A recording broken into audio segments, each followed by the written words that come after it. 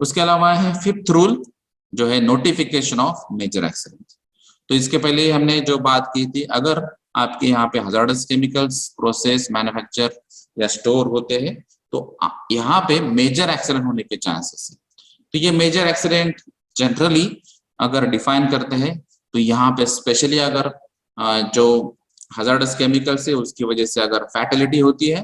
तो ये fatality case major accident में आती है। यहाँ पे अगर ज्यादा इंजुरीज होती है या सीवियर इंजुरीज होती है, तो ये भी यहाँ पे मेजर एक्सीडेंट में आ सकता है। उसके अलावा अगर प्रॉपर्टी डैमेज भी हायर साइड में है, तो वो भी यहाँ पे मेजर एक्सीडेंट में आ सकता है। और अगर एक्सप्लोजन होता है और एक्सप्लोजन की वजह से भी अगर इंजुरीज, फैटलिटीज या मेजर डैमेज होते हैं, तो वो भी मेजर एक्सीडेंट कैटेगरीज में आता है। तो इन केस अगर ऐसा कुछ एक्सीडेंट होता है, तो आपको ये एक्सीडेंट का रिपोर्टिंग आपको अथॉरिटीज को करना है। तो यहाँ पे अथॉरिटीज जो है, यहाँ पे specially department of director of industrial safety and health जो है, तो डिश डिपार्टमेंट को आपको करना है। यानी कि जो इंडस्ट्रियल सेफ्टी एंड हेल्थ का जो डायरेक्टर रहेगा, या डेप्यूटी डायरेक्टर या असिस्टेंट डायरेक्टर या सेफ्टी इंस्पेक्टर, तो ये डिश ऑफिस को आपको यहाँ पे उनको बताना है। तो ये इनिशियली आज के डेट में आपको फोन कॉल करना है, फिर मेल करना है, और फिर जो हार्ड कॉपी है विद साइन एंड स्टैम्प, उसकी डिटेल्स भी आपको देने हैं। तो इनिशियली आपको ये क्यों देना है? क्योंकि अगर ये जो हजार्ड है और जिसकी वजह से ये एक्सीडेंट हुआ है, और उसके बेसिस पे ये उसका जो कैटेगराइजेशन है, ये अगर मेजर एक्सीडेंट कैटेगरीज में आता है, तो वो शायद जजमेंट ले सकते हैं कि ये एक्सीडेंट होने की वजह से अगर ये सराउंडिंग में इसका इम्पैक्ट होगा, तो वो इंडस्ट्रीज को भी उनको कंट्रोल करना है। अगर कम्युनिटीज में या सोसाइटी में भी अगर उसका इम्पैक्ट हो सकता है, तो उसको भी कंट्रोल करने के लिए डिश ऑफिस अदर जो कंसर्न अथॉरिटीज है उनका भी हेल्प ले सकता है। तो अगर आपका जो भी MIDC एरिया है, उस हिसाब से जो नियरेस्ट पुलिस स्टेशन है, उसको भी आप ये एक्सीडेंट के बारे में बताना चाहिए। उसके अलावा जो कलेक्टर ऑफिस है, तो ये कलेक्टर ऑफिस में भी आपको ये बताना चाहिए, क्योंकि वहां पे जो टीम रहती है डिजास्टर कंट्रोल के बारे में, वो भी शायद आपको हेल्प कर सकती है। उसके अलावा अगर ये फायर केस है, तो यहाँ पे आपको जो फायर ऑफिस है उनको भी बताना चाहिए। और यहाँ से अगर फायर टेंडर्स की अगर आपको हेल्प मिलती है, वो भी आपको मिल जाएगी। अगर आपके MIDC में नियर बाय इंडस्ट्रीज के पास ही आपके फायर टेंडर्स या अदर प्रोविजंस है, अगर आप उनसे भी हेल्प लेना चाहते हैं, तो आप डायरेक्ट कंपनीज को भी कांटेक्ट कर सकते हैं, या फिर जो आपका मार्ग का ग्रुप रहता है, यानी कि म्यूचुअल एड रिस्पांस ग्रुप, तो वो मार्ग ग्रुप थ्रू भी आप कांटेक्ट कर सकते हैं, कम्युनिकेट कर सकते हैं कि हमारे इंडस्ट्रीज में ऐसा इश्यू हो चुका है और इसके लिए ये कंट्रोल करने के लिए आपकी ये ऐसी हेल्प चाहिए। तो ये एक्सीडेंट रिपोर्टिंग सबसे पहले आपको विद इन 48 आवर्स करना है। तो यहाँ पे जो रिपोर्टिंग एक्सीडेंट की ये क्राइटेरिया फिक्स है कि आपको विद इन 48 आवर्स ये करना है, क्योंकि ये मेजर एक्सीडेंट कैटेगरी वाला एक्सीडेंट है। तो ये सभी एक्सीडेंट जो है ये रिपोर्टेबल कंसिडर हो जाएंगे, और इसीलिए आपको ये विद इन 48 आवर्स जो क्राइटेरिया है फैक्ट्री एक्ट में भी दिया गया है, वो आपको देना है। तो ये भी जो कंसर्न अथॉरिटी जो हम रिपोर्टिंग के बारे में बात कर रहे हैं, तो ये शेड्यूल 5 में उसके डिटेल्स दिए हैं कि एक्सीडेंट एग्जैक्टली क्या है, उसमें रिपोर्टिंग के लिए आपको क्या क्या डेटा फर्निश करना है या फिर देना है, और जो भी एक्सीडेंट का जो रिपोर्ट का फॉर्मेट है, ये फॉर्मेट में आपको ये सबमिट करना है। तो इसके लिए आपको शेड्यूल 5 और शेड्यूल 6 रेफर करना है और उसके बेसिस पे रिपोर्टिंग करना है। उसके अलावा जो कंसर्न अथॉरिटीज है, उन्होंने जब ये रिपोर्ट पढ़ा है, उसके बेसिस पे आप उनको एनालिसिस भी करना पड़ता है। तो सबसे पहले जैसे ही उनको पता चलता है कि यहाँ पे एक्सीडेंट हुआ है, तो उसको कंट्रोलिंग के बारे में सोचना चाहिए, उनको हेल्प करना चाहिए, और उसके बाद में फिर वो जो रिपोर्ट है उसका डिटेलिंग देख के उसका एनालिसिस करना चाहिए कि ये एक्सीडेंट क्यों हो चुका है, इसका रूट कॉज एनालिसिस क्या है, एक्सीडेंट का इन्वेस्टिगेशन करना चाहिए। और ये इन्वेस्टिगेशन के लिए जो एक्सपर्टाइज पर्सन है, अथॉरिटीज है, चाहे वो स्टेट गवर्नमेंट रिप्रेजेंटेटिव रहो या फिर कोई MIDC का रिप्रेजेंटेटिव रहो, उनके बेसिस पे आपको ये एक्सीडेंट रिपीट नहीं होना चाहिए, उसके लिए आपको कुछ करेक्टिव एक्शंस और प्रिवेंटिव मेजर्स भी देने चाहिए। तो ये जो भी एनालिसिस रहेगा उसके बेसिस पे ये जो अथॉरिटीज है ये ministry of environment and forest को भी यहाँ पे रिपोर्ट सबमिट करेंगे कि ये कंपनी में ऐसा मेजर एक्सीडेंट हुआ है, यहाँ पे ये हजार्डस केमिकल्स या हजार्डस प्रोसेस थी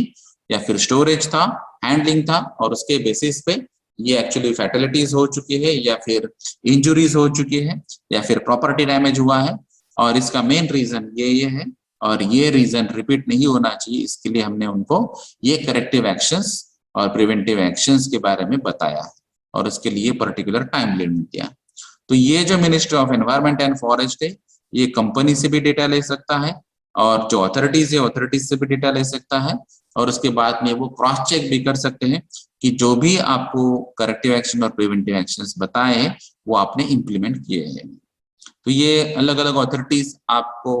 क्रॉस चेक कर सकती है। यहाँ पे फिजिकल वेरिफिकेशन भी हो सकता है, ऑन पेपर भी हो सकता है, ऑनलाइन भी हो सकता है। तो अलग अलग जो अभी आज के डेट में एक्टिविटीज है उसके थ्रू भी ये क्रॉस वेरिफिकेशन होगा अगर ये मेजर एक्सीडेंट है और स्पेशली अगर ये फैटलिटी है। तो जो भी स्टेप्स आपने बताए हैं वो यहाँ पे क्रॉस चेक होगी और उसके बाद में फिर रिपोर्ट डिटेल में एनालिसिस के बाद में भी पता चलेगा कि ये एग्जैक्ट डिटेल इंफॉर्मेशन क्या है, क्योंकि यहाँ पे इनिशियली आपको शॉर्ट में इंफॉर्मेशन देना पड़ेगा, आपको एक्सीडेंट को कंट्रोल करना पड़ेगा और उसके बाद में आपको डिटेल इंफॉर्मेशन देना है कि हमने एक्चुअली जो स्टेप्स थे उसमें क्या मिस्टेक किए, या फिर कोई केमिकल है उसका सब्स्टिट्यूशन नहीं किया था या फिर उसका जो हजार्ड है उसको मिनिमाइज नहीं किया था, उसकी वजह से ये प्रॉब्लम है। तो जो भी इश्यू होगा वो आपको डिटेल इंफॉर्मेशन आपको अथॉरिटीज को देनी पड़ेगी। तो ये सभी चीजें जैसे हमने पहले भी बात की थी ये ऑन पेपर होगी यानी कि राइटिंग में होगी। तो आज के डेट में भले ही आप कॉल करें ईमेल करें लेकिन आपको हार्ड कॉपी विथ साइन और स्टैम्प आपको ये सब सबमिट करना है और उसके बेसिस पे भी वो भी आपको डिटेल में बताएंगे कि एक्चुअली आपको स्टेप्स नेक्स्ट में क्या लेना है। उसके बाद में 6th रूल है industrial activity to which rule 7 to 15 is apply. तो यहाँ पे जो इंडस्ट्रियल एक्टिविटीज है जहाँ पे हमने बात कही थी स्टोरेज के बारे में, प्रोसेस के बारे में या पाइपलाइंस के बारे में, तो इसके लिए ये 6 नंबर का रूल है जहाँ पे आपको शेड्यूल 3 भी चेक करना है और कुछ रूल्स भी रेफर करना है, जैसे यहाँ पे रूल 10, 11 और 12 भी है। स्पेसिफिक कॉलम्स भी आपको चेक करना है जो इंडस्ट्रियल एक्टिविटी ओरिएंटेड। उसके अलावा है आइसोलेटेड स्टोरेज में स्पेसिफिकली आपको थ्रेशोल्ड क्वांटिटी चेक करना है जो भी हजार्डस केमिकल आप स्टोरेज कर रही है, हैंडल कर रही है, प्रोसेस कर रही है, तो उसके लिए भी आपको स्पेसिफिक शेड्यूल चेक करना है जो है शेड्यूल 2। तो शेड्यूल 2 और शेड्यूल 3 आपको चेक करना है और ये सभी चीजें आपको रूल 7 to 15 में अप्लाई करना है। तो 7 रूल to 15 रूल में, तो इसमें अभी स्पेसिफिकली अगर आपकी जो इंडस्ट्रियल एक्टिविटी थी और आपने जो सैंक्शनिंग लिया था या फिर लाइसेंस लिया था, आपने जो परमिशन लिया था, उसके बाद अगर आपने कुछ इंडस्ट्रियल एक्टिविटीज में मॉडिफिकेशन किया या फिर कोई नई एक्टिविटी आपने स्टार्ट की, तो आपको फिर से ये जो मॉडिफिकेशन किया है वो आपको अथॉरिटी को बताना पड़ेगा और अथॉरिटी क्रॉस चेक करने के बाद में वापस से आपको परमिशन दे सकता है। इन केस अगर वो हजार्डस केमिकल के रिलेटेड कुछ मेजर इश्यू हो सका तो वो आपका जो एप्लीकेशन है वो रिजेक्ट भी हो सकता है। तो यहाँ पे एक पॉइंट है जो है न्यू इंडस्ट्रियल एक्टिविटी और दूसरा जो है एग्जिस्टिंग इंडस्ट्रियल एक्टिविटी है और उसमें मॉडिफिकेशन या एक्सपेंशन है, तो वो भी न्यू इंडस्ट्रियल एक्टिविटी ही कंसिडर होगी और उस हिसाब से आपको टाइम लिमिट दी जाएगा और टाइम लिमिट में ही आपको जो भी एक्टिविटीज है उसके डिटेल्स आपको देना है। और ये जो भी मॉडिफिकेशन आपने किए हैं, मॉडिफिकेशन रिलेटेड सेफ्टी एस्पेक्ट्स भी आपने क्या क्या बताए हैं, इस सेफ्टी एस्पेक्ट्स के बारे में भी आपको चेक करना पड़ेगा। ठीक है, अभी ये जो रूल 6 में जो बताया है 7 to 15 आपको एप्लीकेबल है, तो ये रूल नंबर 7 क्या है, तो वो है नोटिफिकेशन ऑफ साइट। तो ये जो साइट हमने बात की थी, साइट का मीनिंग क्या है, तो जो भी हजार्डस केमिकल्स आप स्टोर कर रहे या प्रोसेस कर रहे, मैन्युफैक्चर कर रहे, यूज कर रहे या फिर जहाँ पे पाइपलाइंस भी यूज कर रहे, तो ये सभी एक्टिविटी जहां पे हो रही है वो लोकेशन को हम साइट कहते हैं। तो ये साइट के लिए आपको नोटिफिकेशन पहले दिया जाएगा। जैसे ऑक्यूपायर पहले क्या करेगा कि ये साइट पे हमको ये इंडस्ट्रियल एक्टिविटीज या ये स्टोरेज आपको करना है, तो इसके लिए आपको परमिशन लेना चाहिए। तो ये आपको सभी बातें डिटेल में, यानी कि ये रिटर्न रिपोर्ट आपको कंसर्न अथॉरिटी को सबमिट करना है, और उसके बाद में आपको जो टाइम लिमिट दिया है वो है 3 मंथ्स। तो अगर आपको एक्टिविटी स्टार्ट करना है तो एक्टिविटी स्टार्ट करने के पहले कम से कम 3 महीने पहले ही आपको शेड्यूल 7 के हिसाब से ये रिटर्न रिपोर्ट आपको अथॉरिटीज को सबमिट करना है। तो कंसर्न अथॉरिटी चेक करेगी कि आपके यहाँ पे एक्टिविटीज क्या होने वाली है, आपके यहाँ पे हजार्डस केमिकल्स आप क्या यूज करने वाले हैं, उसकी थ्रेशोल्ड क्वांटिटी क्या होगी, और आपने सेफ्टी प्रिकॉशंस और सेफ्टी कंसेप्ट्स वहां पे क्या क्या अप्लाई किए। तो ये अगर ठीक से एक्टिविटीज होगी, अगर सभी हजार्डस केमिकल्स जो है उसके जो हजार्ड्स है उसके बारे में आपने आइडेंटिफिकेशन, रिस्क एनालिसिस और प्रिकॉशनरी मेजर्स अगर आपने अप्लाई किए होंगे तो आपको परमिशन मिलेगी, और उसके बाद आप जो आपकी शेड्यूल एक्टिविटी है वो एक्टिविटी स्टार्ट कर सकते हैं, इनिशिएट कर सकते हैं। तो जो भी कंसर्न अथॉरिटी है उनको भी एक स्पेसिफिक टाइम लिमिट दिया है, within 60 days from the date of receipt of the report shall approve the report. यानी कि 3 महीने पहले कम से कम आपको रिपोर्ट सबमिट करना है, रिटर्न एक्टिविटी सबमिट करनी है कि आपके यहाँ पे आप क्या क्या करने वाले हैं साइट पे, और उसके बाद में वहां पे 60 days यानी कि 2 महीने के अंदर ही आपको ये जो रिपोर्ट है उस पे अप्रूवल देना है। यानी कि 3 महीने पहले अगर आप एक्टिविटी स्टार्ट करने के पहले 3 महीने पहले अगर आपने रिपोर्ट सबमिट कर लिया तो 2 महीने के बाद ये आपको परमिशन मिल सकता है। और ये जो 1 मंथ का टाइम है वो फ्लेक्सिबल टाइम दिया गया है, यानी कि इनमें अगर कुछ प्लस माइनस अगर कुछ होगी, इश्यूज होंगे, वो इश्यूज वो आपको सजेस्ट कर सकते हैं, और उसके बेसिस पे वो इश्यूज सॉल्व करने के बाद, यानी कि जिसको हम कहते हैं कंडीशनल परमिशन, तो कंडीशंस वहां पे दे सकते हैं वो कि आपको यहाँ पे ये इम्प्लीमेंट करना है, ये मॉडिफिकेशन करना है, ये रेक्टिफिकेशन करना है, या फिर आपने जो क्वांटिटी बताई है वो थ्रेशोल्ड क्वांटिटी से एक्सीड है,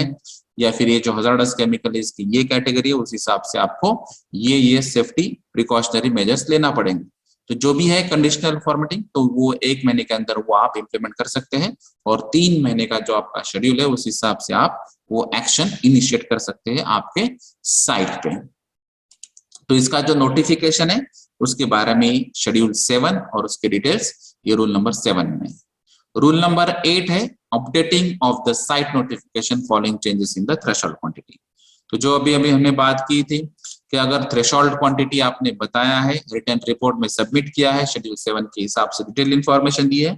और उसके बाद में 2 महीने के अंदर अगर अथॉरिटीज ने आपको परमिशन दी है, उसके बाद अगर आप थ्रेशोल्ड क्वांटिटी चेंज करना चाहते हैं तो उसके लिए आपको नोटिफिकेशन अपडेट करके वापस से सबमिट करना पड़ेगा।